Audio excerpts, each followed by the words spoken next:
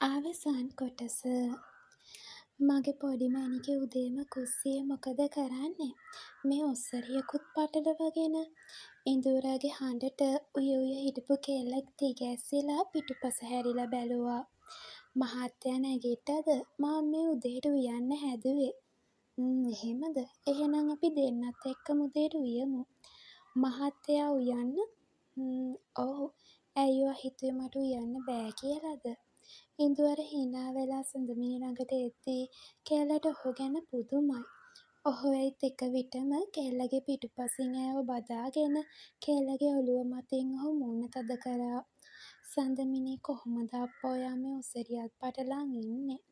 මොනා කරන්නද මහත්තයෝ? මගේ ගවුම් ඔක්කොම ටික කුඩම්ම පිච්චුවනේ. අපි උදේට කාලා හැම යමු ඔයාට ඇඳුම් ටිකක් ගන්න. දැන් එහෙනම් උයමු. ඔයා උයනවද? මං ඉතින් ඔයාට පොල් ටිකක් ගාලා දෙන්නම්. ඔයා උයන්නකෝ. මාත් ආසයි මගේ මැනිකගේ අතින් හදන කෑමක රස බලන්න. දෙන්නත් එක්ක එකතු වෙලා උදේට කෑම හදලා කාලා ඉඳුර කෙල්ලව එක්කන් ටවුන් ගියා. ගිහින් කෙල්ලට ඕනි හැම දේම අරන් දුන්නා. ඊට පස්සේ දෙන්නත් එක්ක දවල්ට කාලා හවස් වෙලා තමයි ගෙදර ආවේ. කෙල්ලා අද ඉන්නේ ගොඩාක් සතුටින්. සඳමිණි ඉන්නේ ගොඩාක් සතුටින් නේද? ඔව් මං ඉන්නේ ගොඩාක් සතුටින්. කවදාවත්ම මට මේ වගේ ජීවිතයක් ලැබෙයි කියලා මං හිතුවේ නෑ. අම්මා නැති වුණාට පස්සේ මං හිටියේ වලව්ව අස්සේ හිර වෙලා. අප්පච්චි කුඩම්මයි ගමන් බිමන් ගියාට මාව එක්කන් ගියේ නෑ. එක්කන් ගියත් නෑ ගෙදරක වගේ ගියොත් විතරයි. නැත්තම් කුඩම්මා කැමති නෑ මාව එක්කන් යන්න.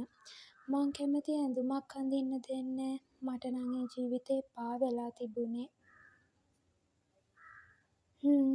දැන් ඒ අතීතේ ගැන හිතන්න එපා සඳමිණි.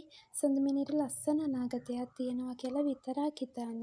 ඉඳුර කිව්වේ හරිම ආදරණීය විදිහට. එතකොට මහත්තයා අපි හැමදාම ඉන්නේ මෙහෙද? ඔව් සඳමිණිට අප්පච්චිව කුඩම්මව බලන්න යන්න ඕනි නම් කියන්න මං එක්කන් යන්නම්. ඕනි නෑ මහත්තයා. කුඩම්මා බලන් හිටියේ මාව කොයි වෙලේද වලව්වෙන් එලවන්නේ කියලා. අප්පච්චිටත් මං ගැන ආදරයක් නෑ. එයා ආදරේ මල්ලිට විතරයි. මල්ලිට වුණත් මාව පේන්න බෑ. ඉතින් මං මොකටද ආයේ වලව්වට යන්නේ? මට ඒ වලව්වට යනවා නම් යන්න තියෙන එකම හේතුව මගේ අම්මා නැති වුණාට පස්සේ මාව බලාගත්ත සිරි අම්මව බලන්න විතරයි. සඳමිණි කිව්වේ ඇස්වල කඳුළු පුරවගෙන. කෙල්ලට ආයේ කවදාවත් මේ වලව්වට යන්න ඕනි වුණේ නෑ. රත්නායක හාමුදුරුවොත් කවදාවත්ම සඳමිණි කියන දේකට ඇහුම්කන් දුන්නේ නෑ. ඒත් ඉතින් කෙල්ල කවදාවත් මේ කාටවත්ම වෛර කරේ නෑ.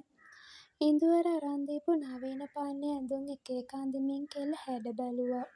සඳමිණි කවදාවත්ම ඩෙනිමක් ඇඳලා නෑ. ඩෙනිමක් ඇඳලා ටී-ෂර්ට් එකක් ඇන්දාම කෙල්ලට තිබුණේ අමුතුම ලස්සනක්. ඔහු අරන් දීපු හැම ගවුමක්ම දනියා ළඟට වගේ තියෙන්නේ. කුඩම්මා නම් කෙල්ලට බිම ගෑවෙන තරම් දිග ගවුම් තමයි අරන් දුන්නේ. මං මේ වගේ ගවුමක් ඇඳන් ඉන්නවා කුඩම්මා දැක්කොත් කුඩම්මගේ ඇස් උඩ යයි. ඇයි සඳමිණි කවදාවත්ම කොටට ඇඳලා නැද්ද? නෑ කවදාවත්ම මට ඕනි ඇඳුමක් ගන්න කුඩම්මා මාව එක්කන් ගිහින් නෑ. එයාලට ඇඳුම් ගද්දි මට ගවුමක් ගේනවා. ඒ ගවුමත් බිම ගෑවෙන තරම් දිගට කිසිම හැඩයකුත් නෑ. කුඩම්මා කියන්නේ වලව්වල ගෑනු කොට අඳින්න හොඳ නෑලු. ඒ වුණාට මං ඕනි තරම් දැකලා තියෙනවා. කුඩම්මගේ අල්මාරියේ ඔසරි වලට වඩා තියෙන එක එක විචූර්ණ ඇඳුම්. දැන් ඒවා හිතන්න එපා සඳමිණි. සඳමිණි කැමති ඇඳුමක් අඳින්න. ඔයා කැමති විදිහට මේ ගෙදර ඉන්න. හරිද? ඉඳුරගෙන් කෙල්ලට ලැබුණේ කවදාවත්ම බලාපොරොත්තු නොවුණු විදිහේ ආදරයක්. කෙල්ල ටික ටික ඒ අලුත් ජීවිතයට පුරුදු වුණා. ඇය හොඳ බිරිඳක් වුණා. කාලය වේගයෙන් ගෙවිලා ගිහින් අදට ඔවුන් දෙදෙනා විවාහ වෙලා අවුරුදු 5ක්. ඔහුව කසාද බැඳලා එනකොට හිටියටත් වඩා කෙල්ල දැන් ඉන්නේ සතුටින්. දැන් ඒ දෙන්නගේ පුංචි පවුලට තව පුංචි සමාජිකයෙකුත් එකතු වෙලා නිසා. මේ අවුරුදු 5ටම කෙල්ල ආයේ කන්දෙවත්තේ වලව්ව පැත්තට ගියේවත් නෑ. කුඩම්මවත් කෙල්ලගේ අප්පච්චිවත් කෙල්ල බලන්න ආවෙත් නෑ. ඒ අයට කෙල්ලව අමතක වෙලා ඇති කියලා සඳමිනී හිත හදාගෙන ඉන්දුවරයි පුංචි පැටියයි එක්ක සතුටින් ජීවත් වුණා. ඒත් එක දවසක් ගෙදර බෙල් එක වදින හඬට සඳමිනී දොර අරිද්දි දොර ළඟ හිටන් ඉන්න කෙනා දැකලා කෙල්ලට පුදුමයි. "අප්පච්චි" කෙල්ල හොට වැඳලා රත්නායක හාමුදුරුවන්ට ගේ ඇතුළට ඇවිත් ඉඳගන්න කිව්වා. "මගේ ලොකු දුවේ උඹ හොඳින් ඉන්නව නේද?" "ඔව් අප්පච්චි මං ගොඩාක් හොඳින් ගොඩක් සතුටින් ඉන්නවා." "කුඩම්ම ආවේ නැද්ද අප්පච්චි?" "අද කුඩම්මව ඉස්පිරිතාලේ නතර කරා. මං මේ ඒ ගමන් ආවේ උඹව බලල යන්න." "ඇයි අප්පච්චි කුඩම්මට මොකද?" "මගෙන් උඹට ගොඩාක් වැරදි වුණා. ඒවට මට සමාවෙයන් මගේ දුවේ. උඹට විතරක් නෙවෙයි උඹේ අම්මටත්."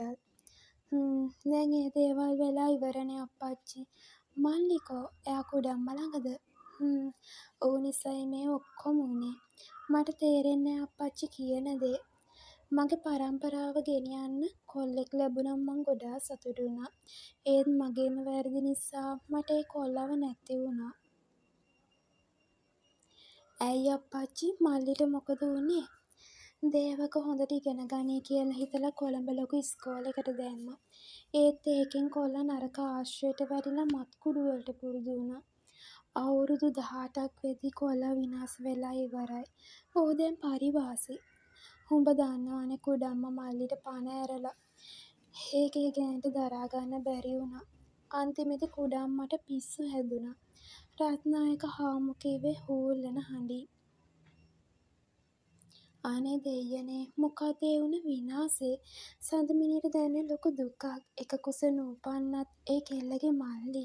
සඳමිනීට අප්පච්චි කියන දේ විශ්වාස කරන්නත් බෑ. කෙල්ල වලව්වෙන් ආවට පස්සේ මේ අවුරුදු 5ට මේ තරම් දේවල් වෙලා කියලා හිතෙද්දිත් කෙල්ලට පුදුමයි. "මං එහෙනම් යන්නම් ලොකු දුවේ." "අප්පච්චි අද ඉඳලා හෙට ගියානම්?" "බෑ දුවේ. එහෙම වුණොත් කුඩම්මව බලන්න යන්න කෙනෙක් නැති වෙනවා. පුළුවන් නම් උඹ ඇවිත් ඵලයන්. මගෙන් වෙච්ච වැරදි වලට මට සමාවෙයන් ලොකු දුවේ." "එහෙනම් අප්පච්චි බත් ටිකක් කාලා යන්න. ඉන්නකෝ මං බෙදන් එන්නම්." සඳමිනී ඉක්මනටම බත් පිඟානකුයි වතුර වීදුරුවකුයි අරන් ආවා. කෙල්ල උයපු බත් කටක් රත්නායක හාමු මේ කනවමයි. "සඳාගේ අත්ගුණේමයි උඹට තියෙන්නේ." මුල්ම බත් කඩ කාලා ඉවර වෙලා රත්නායක හාමු කිව්වේ සඳා මැණිකෙව මතක් කරලා. අතීතේ ගැන හිතලා රත්නායක හාමු දුක් වෙන බව, වයසට වඩා විඩාවට පත් වෙලා තියෙන ඔහුගේ මූණ දැක්කාම කෙල්ලට තේරුණේ. කෙල්ලගේ හිතේ කොහොමත් රත්නායක හාමු ගැනවත් කුඩම්ම ගැනවත් තරහක් නෑ. ඉඳුවර හවස ගෙදර ආවට පස්සේ කෙල්ල කොල්ලත් එක්ක ගමට ගිහින් එන්න තීරණය කරා. "අපි පුළුවන් දෙයක් කරමු සඳමිනී. අපි කුඩම්මව සනීප කරගන්න බලමු. කොහොමත් ඔයාගේ මල්ලි පරිවාසෙ ඉන්න එක හොඳයි. ඕවාට ගිය අය කරපු වැරදි හදන අය සමාජෙට ඇවිත් හොඳට ජීවත් වෙනවා." හැමදාම වගේ අදත් ඉඳුවර කෙල්ලව තුරුළු කරගෙන එහෙම කිව්වා. පසුදා උදේම ඔවුන් ගමට යන්න පිටත් වුණා. කෙල්ල මේ බැඳලා ගියාට පස්සේ වලව්වට ආවමයි. කලින් කන්දේ වත්ත වලව්වේ තිබුණු තේජස දැන් නෑ. ඒ වෙනුවට තිබුණේ මහ පාළු මුසල ගතියක්. කෙල්ල ළමයාත් වඩාන කාර් එකෙන් බහිද්දි සිරි අම්මා ඉස්සරහට ආවේ කාර් එකේ සද්දෙ ඇහිලා. "සිරි අම්මේ" "අනේ අම්මේ පොඩි මැණිකේ. මං හිතුවේ නෑ ආයේ කවදාවත්ම පොඩි මැණිකේ මේ වලව්වට එයි කියලා." සිරි අම්මා දුවන් ඇවිත් කෙල්ලගේ මූණ අත ගාලා එහෙම කිව්වේ ඇස්වල කඳුළු පුරවගෙන. "සිරි අම්මේ කෝ අප්පච්චි?" "රත්නායක හාමු මැණිකේ බලන්න ඉස්පිරිතාලෙට ගිහින්. තව ටිකකින් එයි." "පොඩි මැණිකේ මේ වලව්වෙන් ගියාට පස්සේ මේ වලව්වේ ඇයුන්ට මාසයක් දෙකක්වත් සතුටින් ඉන්න ලැබුන් නෑ. මේවා මැණිකගේ වැරදි." දේවක පොඩි හාමු ගැන මැණික ඊට වඩා හොයලා බැලුවනම් ඔහොම නොවෙන්න ඉඩ තිබුණා. "අපි යමු පොඩි මැණිකේ වලව්ව ඇතුළට." සිරි අම්මා කෙල්ලගේ අතේ උන් දරු පැටියා වඩාගෙන මූණත් ඉඹලා සඳමිනීගේ අතින් අල්ලන් වලව්ව ඇතුළට එක්කන් ගියා. ඉඳුවර ඒ දිහා බලන් හිටියේ මඳ සිනහවක් මුවේ රඳවගෙන. සඳමිනී පොඩි මැණිකේට එයාව තේරුම් ගන්න පුළුවන් ආදරණීය මනුස්සයෙක් ලැබුණු නිසා කෙල්ලට ලස්සන ජීවිතයක් ලැබුණා. කෙල්ල ටික දවසක් වලව්වේ ඉඳලා කුඩම්ම ගැන බලන්න හිතාගත්තේ. කුඩම්ම කෙල්ලට මොන වෙනස්කම කරත් කෙල්ලව වලව්වෙන් පන්නන්න හිතාන කරපු කසාදෙන් ඇයට ලස්සන ජීවිතයක් ලැබුණ නිසායි. ඉතින් ඔන්න මගේ පොඩි මැනිකේ කතාව මෙතනින් නිමාවට පත් වෙනවා. කතාව කියපු ඔයාලා හැමෝටම ගොඩක් ස්තුතියි.